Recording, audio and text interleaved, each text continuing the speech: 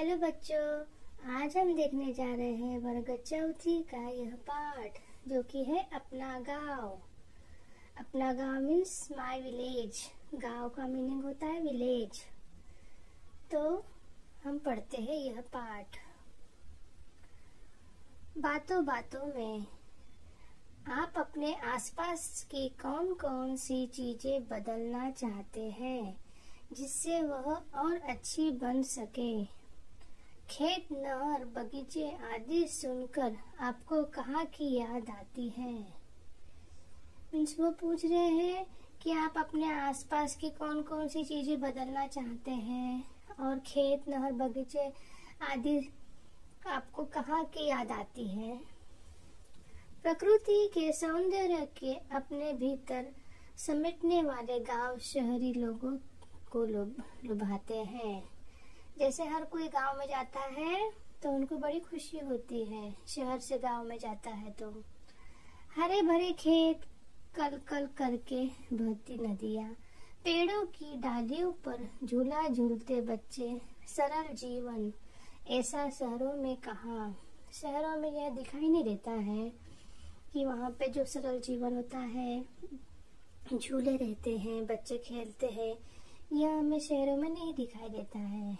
शहरी क्षेत्र का बालक निखिल गांव की सुंदरता देखकर क्या कहता है, आओ पढ़े। अभी यह शहर से निखिल जाता है गांव में तो वह क्या बोलता है, तो हम पढ़ते हैं। निखिल के पिता शहर के प्राध्यापक थे। प्राध्यापक यानी प्रोफेसर। तो निखिल के पापा प्रोफेसर थे।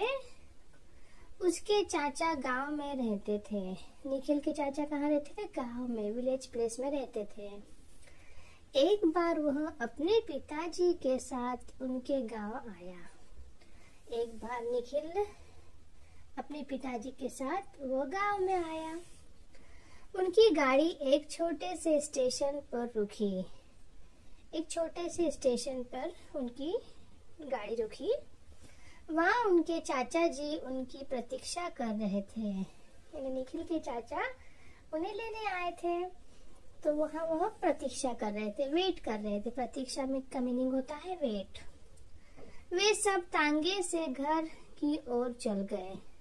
आप देख ही सकते हो तांगा। ये देखिए, एक घोड़ा बंधा है, इसे तांगा बोलते हैं। तो वह सब बैठ गए और तांगे पे अपने घर की ओर चलने लग गए। वाह, ये बोलता है निखिल, वाह मिट्टी की सौंधी सुगंध अच्छी लग रही है। जैसे मिट्टी की सुगंध, खुशबू जब पानी जाता है उसके अंदर तो बहुत अच्छी लगती है। तो निखिल यह बोल रहा है कि उसको बहुत अच्छी लग रही है सुगंध। अब आगे पढ़ते हैं। थोड़ी देर बाद ही गांव के घर दिखाई देने लगे। थोड़ी देर बाद क्या? गांव के घर उन्हें दिखाई देने लग गए। पिताजी ने एक इमारत की ओर संकेत करते हुए बताया, यह खरीद भंडार है। जैसे निखिल के पिताजी ने बोला कि यह खरीद भंडार है। यहाँ जैसे खरीद भंडार का मीनिंग यह होता है कि जहाँ माल खरीद के रखते हैं। यहाँ अपना अनाज बेचकर किसान उचित कीमत पाते हैं। जैसे गोडाउन रहता है तो किसान वहाँ पे आके बेचते हैं उचित दाम में।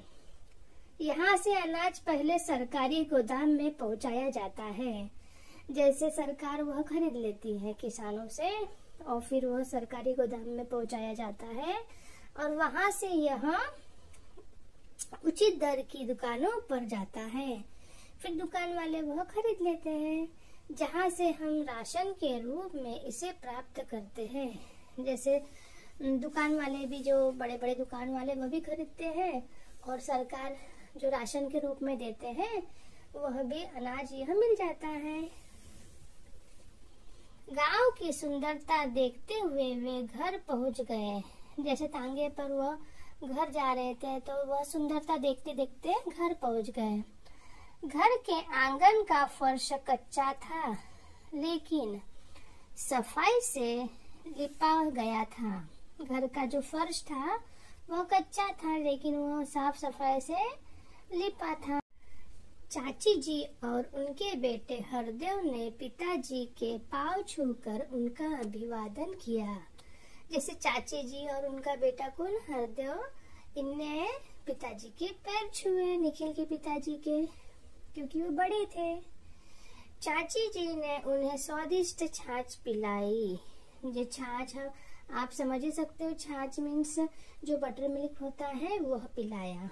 छाछ पीकर निखिल हरदेव के साथ नहाने चला गया। छाछ पीकर जो निखिल है वो हरदेव के साथ, उसके भाई के साथ नहाने चला गया। हुर्रे, मजा आ रहा है, निखिल बोल रहा है, हुर्रे मजा आ रहा है। आप देख ही सकते हो कैसा उसका भाई उसको निला रहा है और निखिल एंजॉय कर रहा है। अब आगे बढ़ते हैं। ठंडे पानी से नहाकर निखिल को ताजगी का अनुभव हुआ। निखिल ने ठंडे पानी से नहाया और उसको एकदम फ्रेश लगने लग गया। फिर हरदेव निखिल को अपने खेत पर ले गया। हरदेव क्या हुआ, अपने खेत पर उसको घुमाने लेके गया। यह हरदेव, वहाँ छोटी छोटी क्यारियों में भिंडी, करेले, टमाटर के पौधे लगे थे।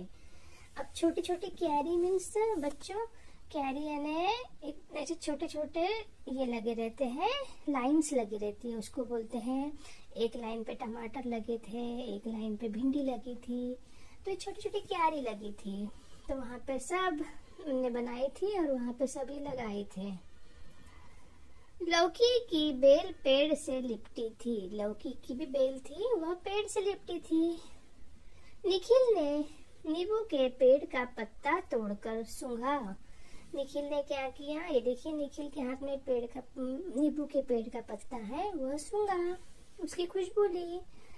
उसमें से नींबू का सुगंध आ रही थी। उसमें से क्या हो गया, नींबू की सुगंध आ रही थी उसे। क्यारी देखकर उसने पूछा, ये क्यारी देखकर उसने पूछा, भैया हमारे घर के पीछे खाली पड़ी जगह में क्या हम सब्जियां उगा सकते हैं? वह भैया से पूछ रहा है, उसे हरदेव से, कि हम भी उगा सकते हैं खाली जगह पर। हाँ हाँ, क्यों नहीं, हरदेव बोलता है, आप भी उगा सकते हो, क्यों नहीं उगा सकते हो। वे आगे बढ़े। हरदेव ने बताया, आजकल बीज बोने का मौसम है। वो आगे बढ़े तो वो हरदेव से बोलने लग गया कि अभी ये बीज बोने का मौसम है, इसीलिए किसान व्यस्त है, इसलिए सब किसान बिजी है। व्यस्त है ने बिजी है। उधर धान के खेतों में धान के छोटे छोटे पौधे लगे हैं। वह बोल रहा है कि धान के खेतों में छोटे छोटे पौधे लगे। धान मीन्स राइस। जब ये थोड़े बड़े हो जाएंगे तो वे इन्हें फैलाकर पूरे खेत में लगा देंगे। जब यह थोड़े बड़े हो जाएंगे तो यह फैलाकर पूरे खेतों में लगा देंगे धान का छोटे छोटे पेड़। वह देखो, किसान ट्रैक्टर और हल से खेत जोत रहे हैं। देखिए, आप देख ही सकते हो, किसान खेतों में हल जोत रहे हैं। वे बातें करते करते बस्ती की तरफ आ गए। जैसे वो दोनों बातें करते करते बस्ती की तरफ आ गए, गांव में आ गए। हाँ, अरे वह आपका विद्यालय है? निखिल पूछता है भैया से कि वह आपका विद्यालय है। हाँ, आसपास के गांव के छात्र भी यहाँ पढ़ने आते हैं। निखिल कहता है हरदेव कहता है कि आसपास के सभी छात्र यहाँ आते हैं।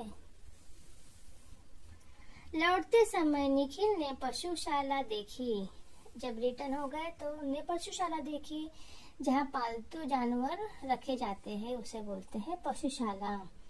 उसमें कुछ गाय भैंस बंधी थी। उसमें क्या था, गाय और भैंस बंधी थी। घर के बाजू में बना गोबर गैस संयंत्र दिखाते हुए हरदेव उसे बोलने लग गया। वह गोबर गैस दिखाते हुए, इस संयंत्र में गोबर गैस बनती है। ये देखिए, आप देख ही सकते हो, यहाँ पे गोबर गैस बनती है। इस गैस के इस्तेमाल से अब रसोई में धुआं नहीं होता है। जैसे गांव के रसोई में पहले बहुत धुआं होता था, लकड़ियाँ जलती थी, कंडे जलते थे तो बहुत धुआं होता था, लेकिन अब वह ये जो गैस का, गोबर गैस का यूज करते हैं तो यह धुआं नहीं होता है। मक्खी मच्छर भी नहीं होते हैं, यह गैस से मक्खी और मच्छर भी नहीं होते हैं। तभी चाचा जी ने आकर कहा, चाचा जी आकर बोले, जल्दी आओ, तुम्हारी चाची ने खाना तैयार कर दिया है। चाचा बोलने लग गए दोनों को कि जल्दी आओ, तुम्हारी चाची ने खाना तैयार कर दिया है। दोनों हाथ धोकर रसोई घर गए। चाची जी ने खाना परोसा। खाने के साथ घर में बना मक्खन खाकर निखिल फूला न समाया। जैसे वो खाने के साथ में चाची ने उनको मक्खन भी दिया तो निखिल बहुत खुश हो गया। निखिल को खाना और मक्खन बहुत अच्छा लगा तो निखिल फूला ना समाया। कितना प्यारा है गांव, ये निखिल बोल रहा है, गांव कितना प्यारा है। तो बच्चों, आपको अगर यह पाठ समझ में आए तो लाइक करिए। Bye bye.